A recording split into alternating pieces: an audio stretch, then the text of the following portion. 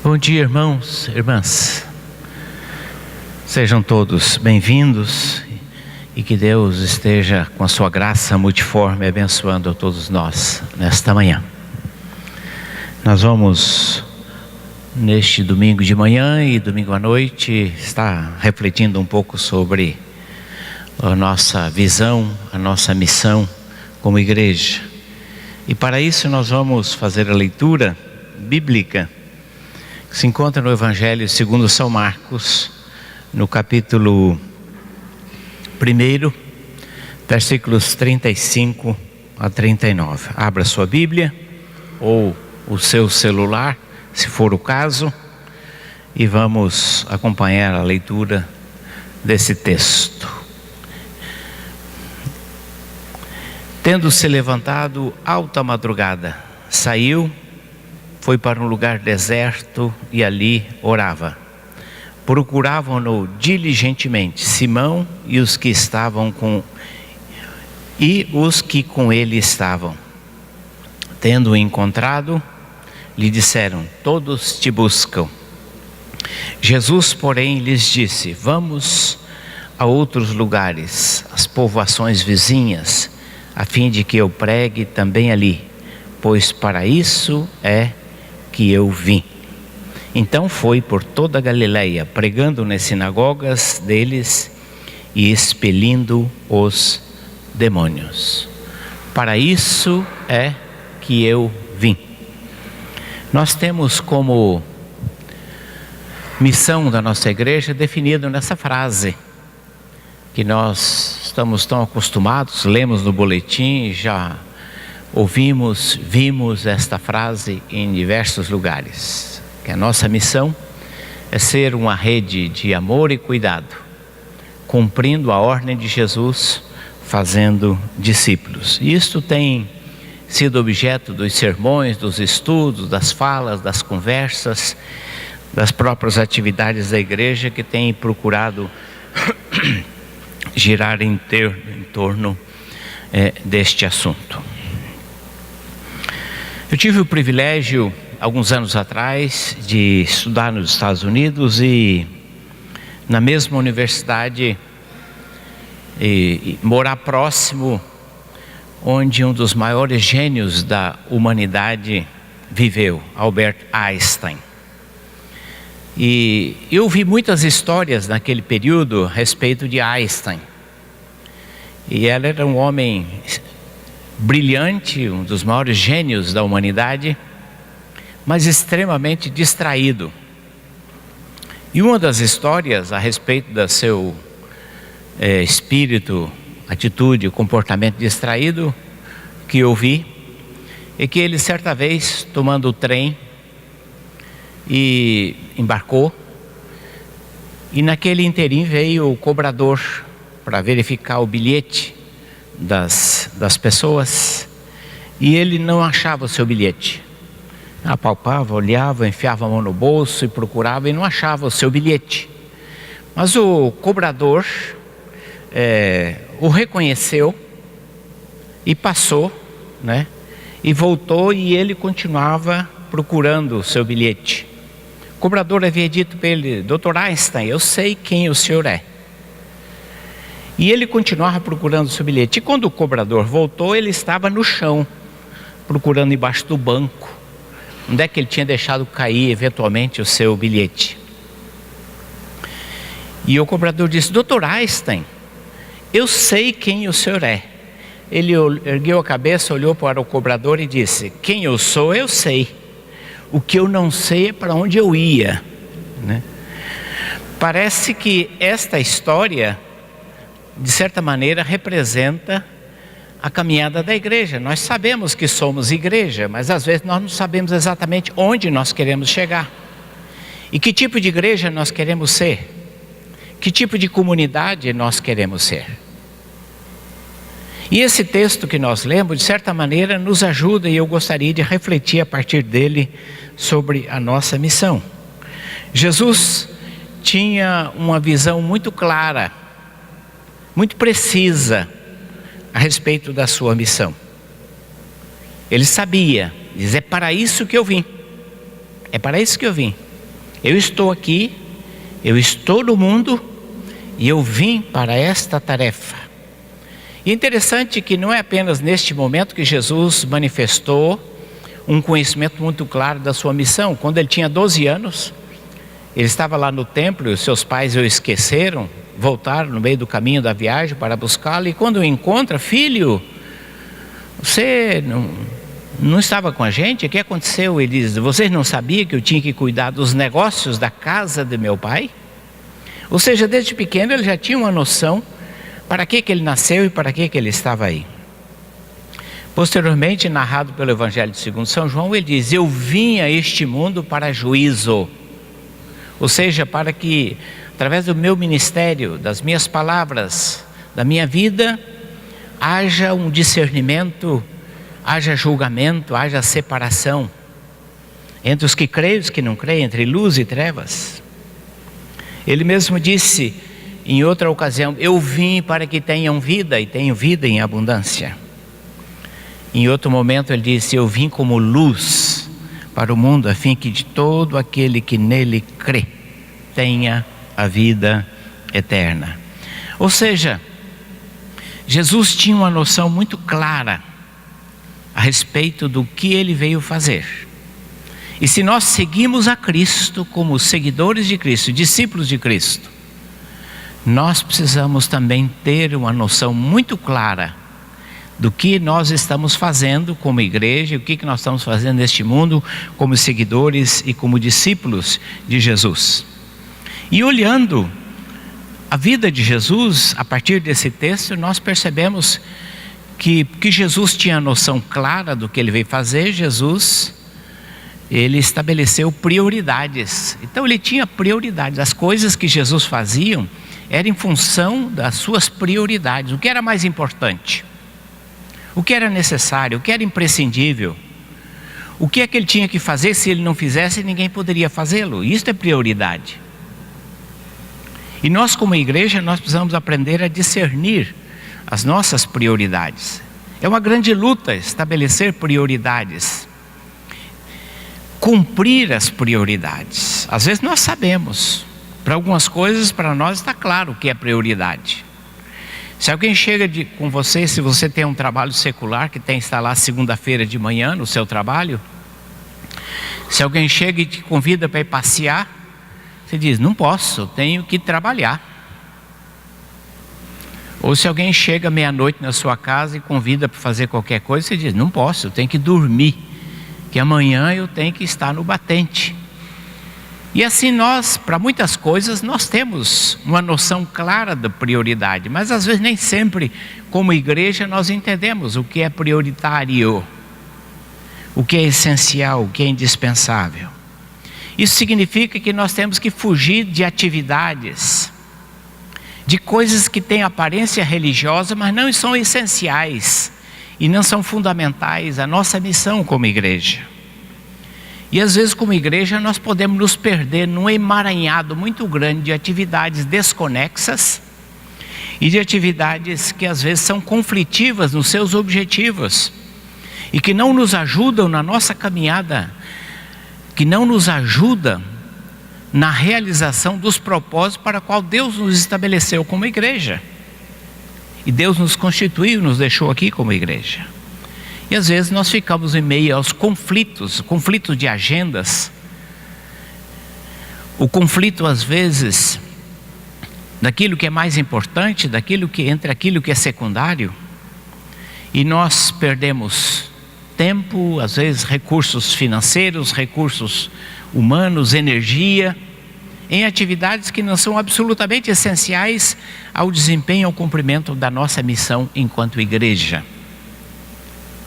Jesus tinha uma noção muito clara: é para isso que eu vim, de tal maneira que eu não posso perder tempo com outras coisas que me tiram o foco daquilo para o qual eu vim.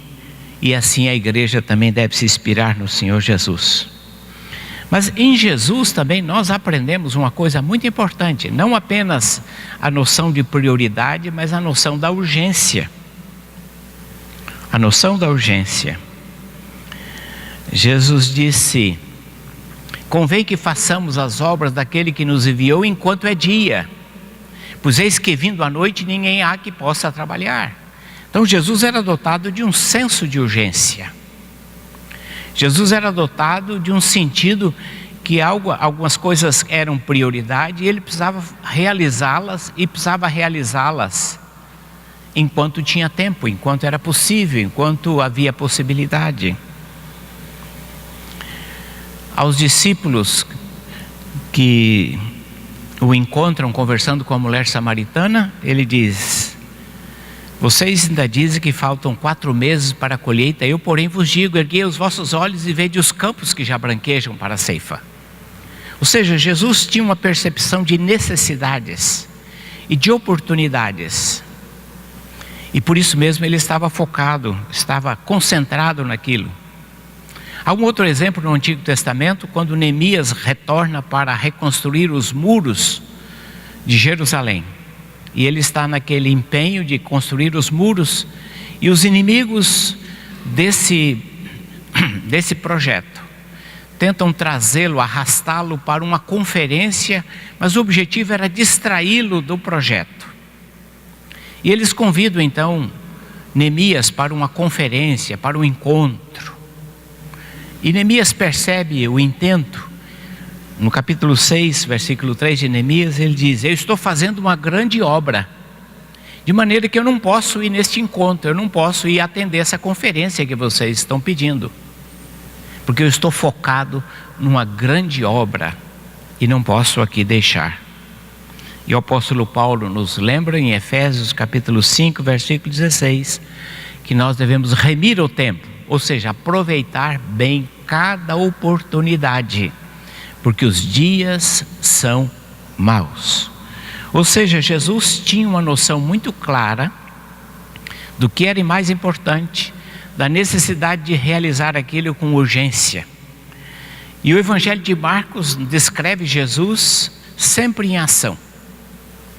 O Evangelho de Marcos mostra Jesus, as palavras que descrevem Jesus em Marcos diz: e logo a seguir, imediatamente, e logo após, e depois. Ou seja, Jesus tinha uma noção muito clara do que ele tinha que fazer e que precisava fazer logo e com urgência.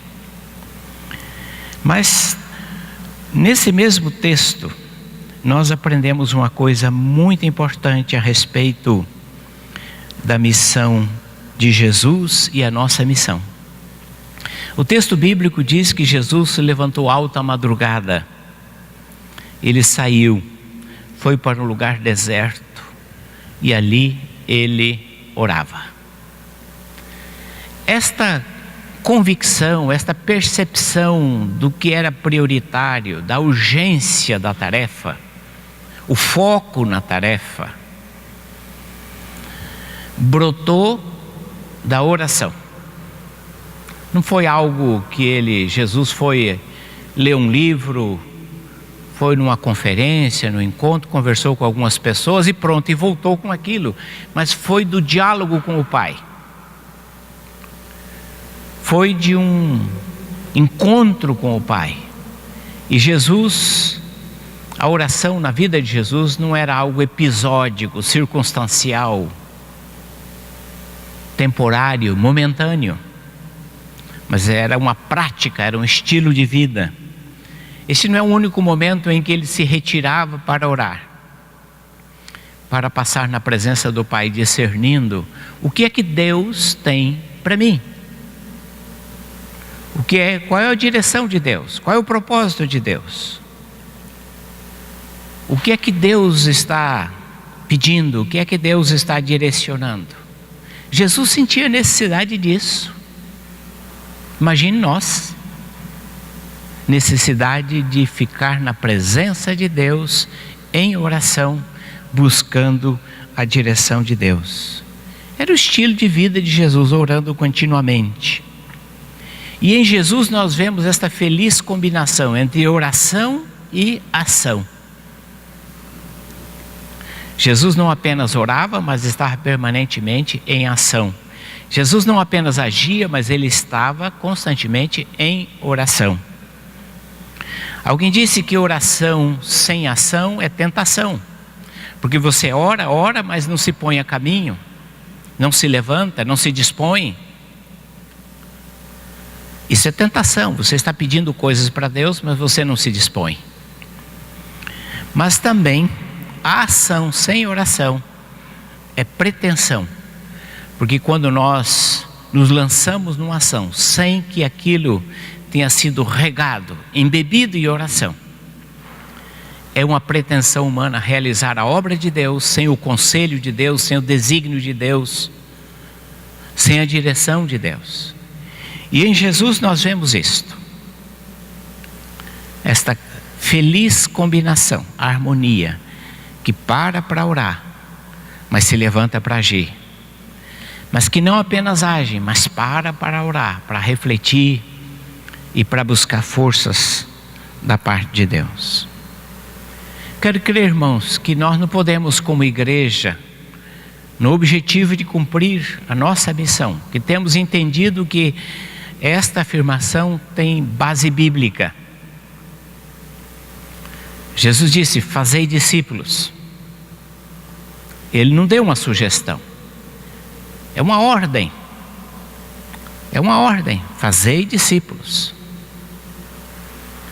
Não é uma opção que você pode escolher, que você pode dizer, eu tenho tempo, posso. Ele não está sugerindo, se nós não for atrapalhar a nossa agenda, se não for incômodo, se você sentir vontade, se em algum momento você sentir no seu coração, se for possível, eu gostaria muito que vocês fizessem discípulos, mas Jesus não utilizou em nenhum momento isso. Ele disse: fazei discípulos. Portanto, esta declaração de missão está baseada, está fundamentada no ensino da palavra de Deus. E uma das coisas que nós como igreja aqui temos procurado fazer é exatamente incentivar esse processo de discipulado, de você se reunir com pessoas que conheçam a palavra ou que não conheçam a palavra, com o objetivo de ajudá-los a crescer, o objetivo de levá-los a Cristo, e levando a Cristo, o objetivo de levá-los a crescer para que eles reproduzam o processo. E essa é uma experiência desafiadora. Eu tenho tido o privilégio de se reunir com 4 jovens semanalmente para estudar a Bíblia, e tem sido uma experiência extremamente edificante para mim do ponto de vista pessoal. Faria muito mais se minha agenda permitisse, e espero poder fazer mais. Mas é uma experiência que todo crente, que todo membro da igreja deveria se colocar à disposição de Deus para gastar tempo. E a segunda coisa importante que nós temos feito para cumprir isto são os nossos pequenos grupos. E eu gostaria de mostrar para vocês algumas experiências do nosso pequeno grupo. Aqui nós temos 6 pequenos grupos. Talvez as fotos não estejam muito nítidas. Esse é o PG que funciona na casa do nosso irmão Burani e Adriana. Aqui nós temos o PG na casa do Sérgio e da Andréia, na Vila dos Ingleses. Aqui nós temos o PG na Zona Norte, na casa do Eliezer e da Ana Paula. E ali temos as crianças participando do PG, sendo atendidas também no PG. E cada PG depois lá serve uma lauta refeição. Isso é sem falta, né? Este PG tem essa característica, né, Eliezer? Este aqui na casa do Filelfo e da Mônica, no Ibiti do Passo. E este PG da Árvore Grande, conduzido pela Nancy e pela Adriana Caneda. E o PG dos jovens, que se reúnem, a liderança do Felipe e na casa do Vinícius, né? Todas as semanas esses pequenos grupos se reúnem. Alguns irmãos aqui não participam de um PG, e eu gostaria de desafiá-los a participar de um pequeno grupo. Colocar isso no coração, participar de um pequeno grupo. Sabe por que é importante pequeno grupo, irmãos? Para cumprir a nossa missão? Porque muitas pessoas que você eventualmente pudesse convidar para vir aqui ao culto no domingo, elas não viriam. Mas se você convidar para ir na sua casa, para um estudo bíblico, para juntos assentar-se à mesa para estudar a Bíblia, essas pessoas iriam. A possibilidade delas ser alcançadas através do seu lar, de uma casa, é muito maior do que simplesmente convidar para estar aqui na igreja. E a segunda coisa é a comunhão, a proximidade. Nós somos 550 membros, nós não conhecemos o nome de todas as pessoas. Eu acho que nem os membros mais antigos aqui da igreja conhecem o nome de todos os membros, é capaz de olhar, conversar e dizer o nome das pessoas, onde ela mora, o que ela faz. Mas no pequeno grupo a oportunidade desse olho no olho, desse confronto, desse convívio, dessa comunhão, desse relacionamento, desse diálogo, de você saber coisas da vida, de você orar, de você interceder, de você se aproximar, de fortalecer a comunhão, de saber que há necessidades. Isso é possível num pequeno grupo, porque numa igreja do porte da nossa, nós nunca ficaríamos sabendo certas necessidades que um PG possibilita. A oportunidade de intercessão, de oração, de convívio. Nós queremos ser uma rede de amor e cuidado, fazendo discípulos do Senhor Jesus. E o pequeno grupo é um instrumento extraordinário, é uma ferramenta extraordinária. Eu gostaria de desafiar você que não faz parte de um pequeno grupo, ou junte-se a um pequeno grupo, ou se você quiser iniciar um pequeno grupo na sua casa, nos procure. Porque Deus tem abençoado, eu tenho certeza que Deus ainda vai abençoar muito a nossa igreja na instrumentalidade desta atividade, desse modelo de ser igreja. Que Deus assim nos abençoe.